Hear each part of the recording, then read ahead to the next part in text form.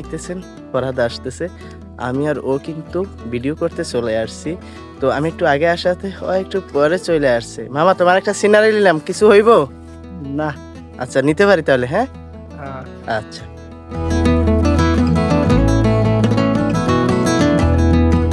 তো এটা হচ্ছে আমার ভাই, জিউ ভাই, হয়তো আপনারা অনেকেই চেনেন। তো সার দেওয়ার জন্য জমিতে চলে আসছি। তো এটা হচ্ছে আমি রোপণ করলাম আর কি। তো পানি একটু বন্যার পানি বেশি হওয়ার কারণে তো বেশিটা জ্বালা অত বেশি সুন্দর হয়নি। তো আপনাদেরকে আরেকটু সামনে গিয়ে আমি দেখাবো কি পরিস্থিতি। এটা হচ্ছে মূল জমি এটা।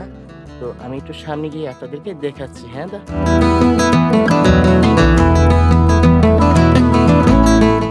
পরে আর কি কি লিখবো ভাই? আর তিরিবিট টিরিবিট লাগতো না?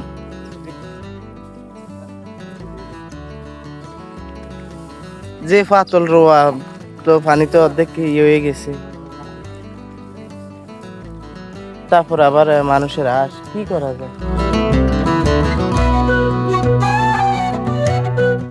তো ওখানে দেখতে পাচ্ছেন 3 জন লোক আছে। আমি কিন্তু এখনই ওদের কাছেই চলে যাব, দেখি ওরা কি কাজ করতেছে। তো কাদামাটি, একেবারে কাদামাটি, যদি আপনাদেরকে আরেকটু দেখাই, এই যে এপাশে কিন্তু রোপা ধান আর এপাশে কিন্তু কাদামাটি। তো আমি কিন্তু এই কাদামাটির ভিতর দিয়ে কিন্তু ওদের কাছে যাব, যেহেতু ওখানে আছে 3 জন মানুষ আছে, ওদের কাছে যাব। হ্যাঁ, সবাই সাথেই থাকে। তো হয়তো দেখতে পাচ্ছেন যে কচুরি নিয়ে আসতেছে। কাকা এগুলো কি করবেন? গরুরে খাওয়ার জন্য।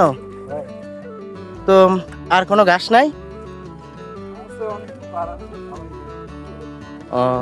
তো অডিয়েন্স, হয়তো আপনারা শুনতে পাইলেন যে কচুরি পানা, যেটাকে অনেক খেতে থাকলে, জমিতে থাকলে ওগুলোকে আমরা আগাছা হিসাবে পরিষ্কার করে ফেলি। আবার এরা কিন্তু এক সময় কাজে লেগে যায়, যেহেতু এখন বর্ষার সিজন, চারদিকে তেমন একটা ঘাস নেই।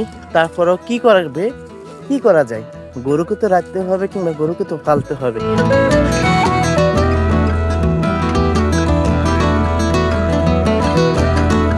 তো কাকা, এই যে ঘাস কাটে আনছেন, বিলে গরম কিরকম, মানে গরম কেমন একটু বলবেন? মানে অডিয়েন্স, আপনারা হয়তো দেখতেছেন গ্রামে তাদামরা শরীর, যদি আমি আপনাদেরকে আরো একটু ঘুরিয়ে দেখাই, পরিশ্রমটা কি। এই যে মাথার উপরে ঘাস, তো এত কষ্ট করে কিন্তু এই রোদের ভিতরে ঘাস কাটে আনছে। সবাই সাথে থাকবেন, পরবর্তীতে আপনাদেরকে আরো দেখাবো। যা ভিডিওটা হয়তো একটু ব্লার হয়ে গেছে, আমি আপনাদেরকে একটু দেখানোর চেষ্টা করতেছি।